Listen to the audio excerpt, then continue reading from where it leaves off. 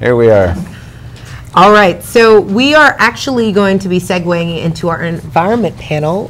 That's something that we are very serious about covering on The Real News, considering that a lot of newsrooms have actually cut their environmental desks.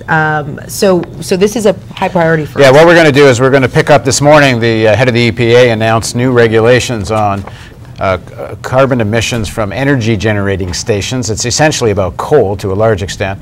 It's going to place regulatory limits on how much carbon emission they can have by 30%, and each state is going to have to come up with its own way of meeting the target, but it's going to create a big debate at the state level.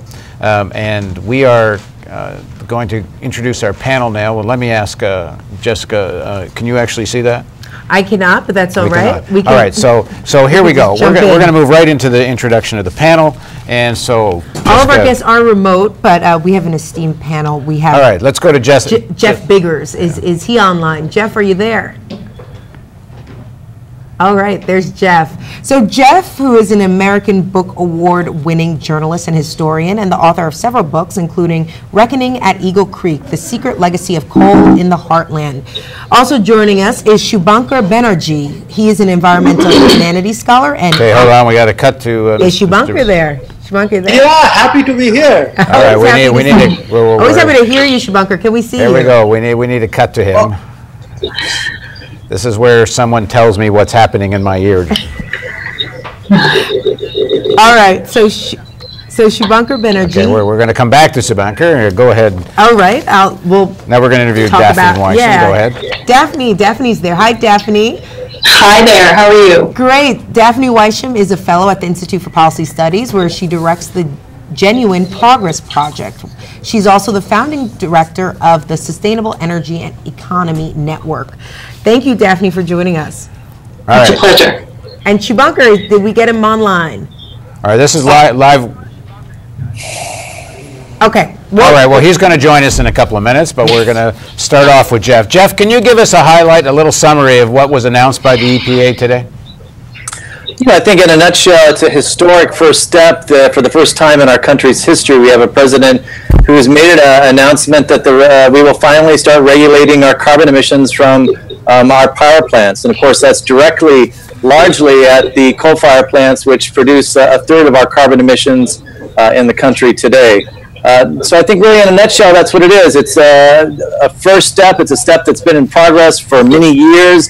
It's a long-awaited announcement. It certainly is a step in the right direction, but I think for a lot of people, it's a very small step compared to what we really need in the sense of urgency to deal with climate change today. So the new EPA rule will affect some 600 existing power plants, as well as any power plants that will be built in the future. And Gina McCarthy, who's the head of the EPA, Daphne, I want you to weigh in here. She said the new rule will reduce emissions by 30%. This sounds like a big step forward. What's your take? Well, I mean, what we need to keep in mind is 30% below 2005 levels by 2030 is not what the climate science requires. What we need is essentially a 25 to 40% reduction below 1990 levels by 2020. So we need deep cuts, and we need them now. We can't wait until 2030 for deep cuts. Just by virtue of the fact that CO2, we've got a load of CO2 already in the atmosphere, and we're going to be dealing with that for decades, if not centuries to come. We really need to bend the curve down now in the next 5 or 10 years, not by 2030. Well, Jeff called this historic. Do you think this is historic? Well, it's historic in the sense that the bar has been set so low. Yeah, it's good to see the Obama administration finally wresting power out of the hands of Congress and taking some action, but essentially it's like trying to put out a house fire with a squirt gun. And at the same time, when we should be using multiple fire hoses, instead we're worried about protecting the criminal, in this case the polluter, that's burning our house down. There's so much wiggle room for the polluters in this approach, which, as you know, I've been critical of cap and trade with offsets. It essentially allows the polluters to take the most cost-effective option to meet their targets of emissions reductions.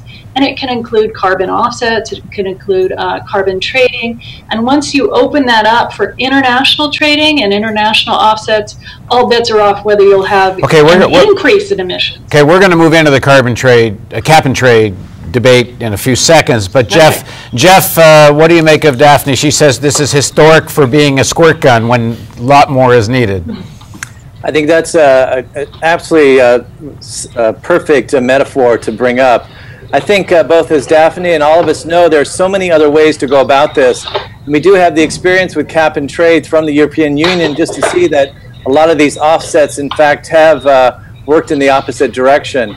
You know, I think what a lot of us are saying is this is a nice step in the right direction, but we're in a moment of urgency that we need much greater action. Well, Jeff, let me interrupt for a second, because if this is not giving the public a real sense of the urgency and scale of the problem, then is it a step in the right direction? Maybe it's a step in the wrong direction, because it's creating this idea, oh, they're finally doing something, it's going to be okay, and it actually takes the air out of the need for something far more significant. Can I jump into this, or can you see? No, I was asking Jeff that question, to go back to Jeff on that. Sure. Just really quickly, I think you're raising a very valid question.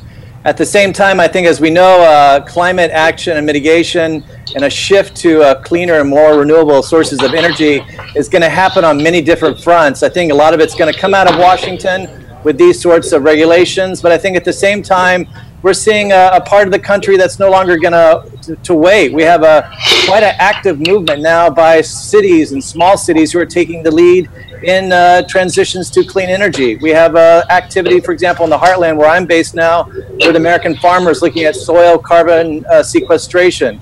I think there's a lot of different movements afoot, and it's going to happen in many different levels, be it federal, state, and local. And this is just one aspect on the federal level. But I think you are asking a very valid question. All right, Daphnye, so same question to you. Is this actually somewhat distracting? Like, are you essentially saying this is window dressing, and what's needed is a more honest appraisal of the problem?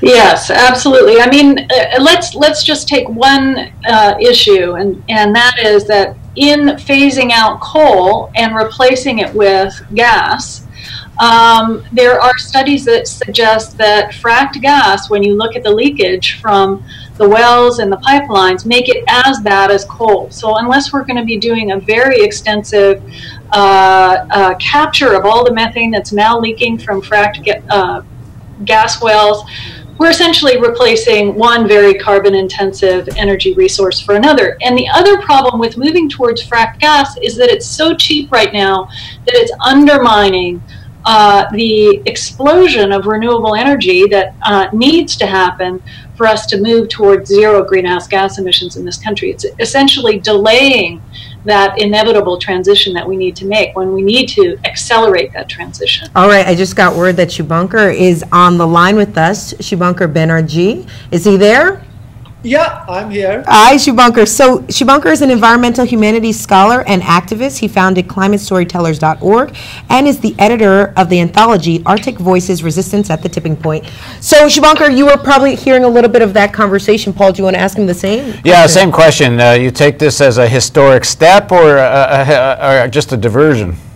I kind of take it as a bit of a kicking the can down the road, and I want to go a little bit back to what Daphnye said, which is the 2030 mark.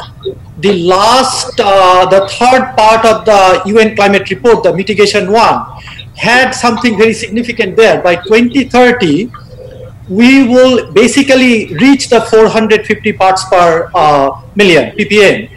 And at that point, we're reaching towards the 2 degrees centigrade. What that does is that beyond that point, our ability to adapt basically stops. So it's a very serious mark.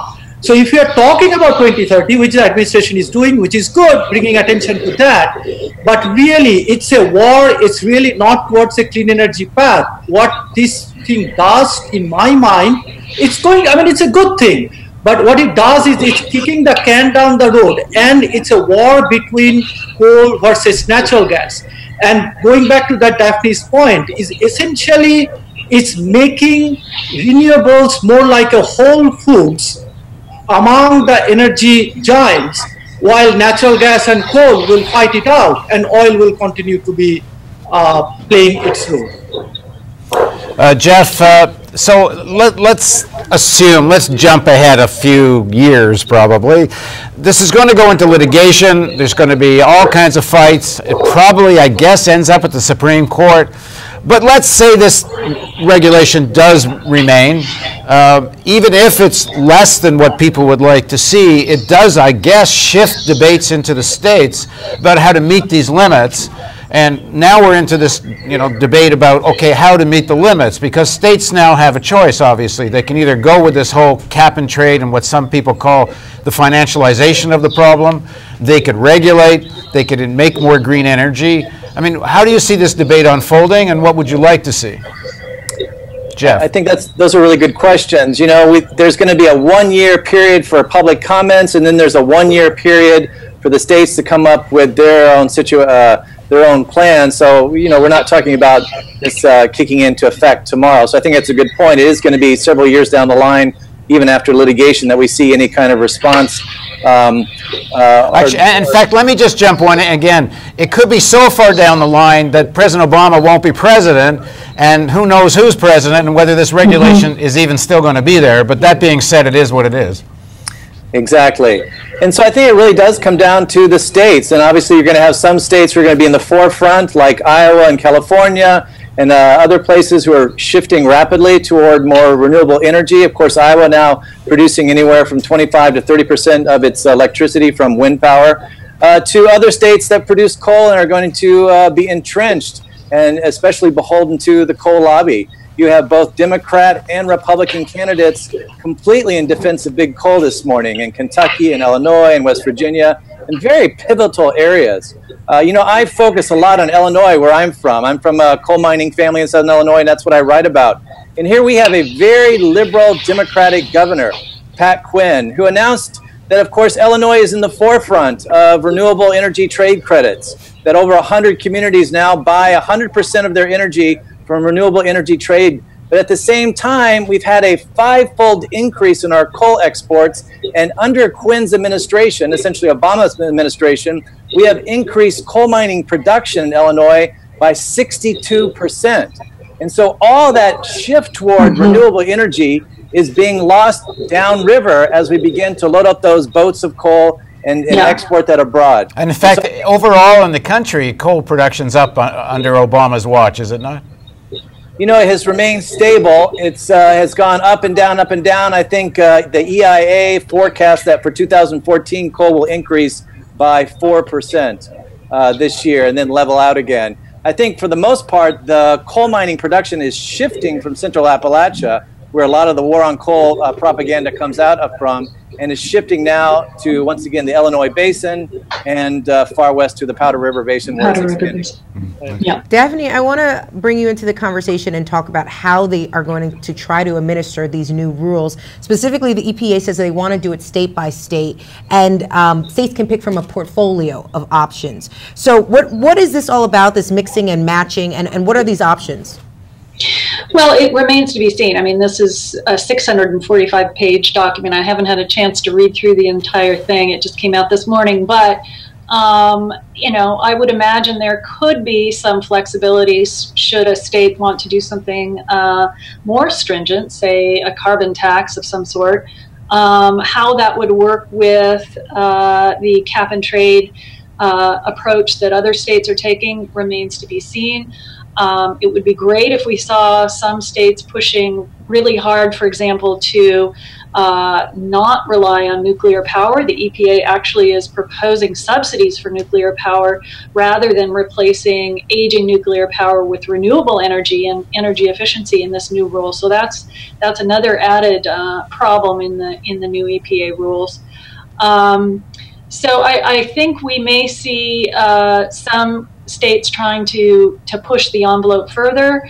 We'll see how it plays out over time, but it's too early to say. I'm glad you mentioned cap and trade, because some states already have that policy in place, states like California, and we were looking at the numbers, and it seems to be working in the sense that it's reducing carbon emissions, I mean, a lot of people say cap and trade is a scam on an international scale, but could there actually be some truth to that? Could it work on a state level? Well, I mean, I think there are some successes that you can look to in the Regional Greenhouse Gas Initiative in the Northeast. There are some successes that you can find in the California Cap and Trade Program, but has not yet happened. And what could happen, and what is, I did find this in the EPA rules today, is opening the cap and trade with offsets up to international carbon markets. Right now, the only international trading partner that is in the mix is Quebec, that is trading with California. However, California has been in conversations with China. The EU emissions trading scheme could be part of the mix. The biggest concern that I have is once you bring in developing countries, essentially you're bringing in countries that have no caps on their emissions. And we know from previous experience that, for example, China counted all of the hydropower projects that they were going to put online anyway as emissions reductions that could be credited on the EU's carbon trading market. So there's all sorts of opportunity for corruption, for manipulation of these numbers, and we need to be very vigilant and make sure that the offsets are genuinely for clean, really renewable energy, ideally within the state itself. Subhankar, do you think that, I mean, some people, if you want to get a little cynical, and I think I do want to get a little cynical, is this actually just a big thing to push cap and trade? They can't get it through Congress. They want to, there's a lot of forces on Wall Street that really want to see the financialization of this problem. So now they're going to find a way to get around Congress, not less about really facing up to the problem of climate change and more about opening some new doors for finance. It is carbon capitalism. And I guess what Daphnye was saying, I want to bring up one more thing on the cap and trade thing. If you remember a few years ago, the big UN got involved, the large corporations got involved with the RED scheme, the reducing emission through deforestation.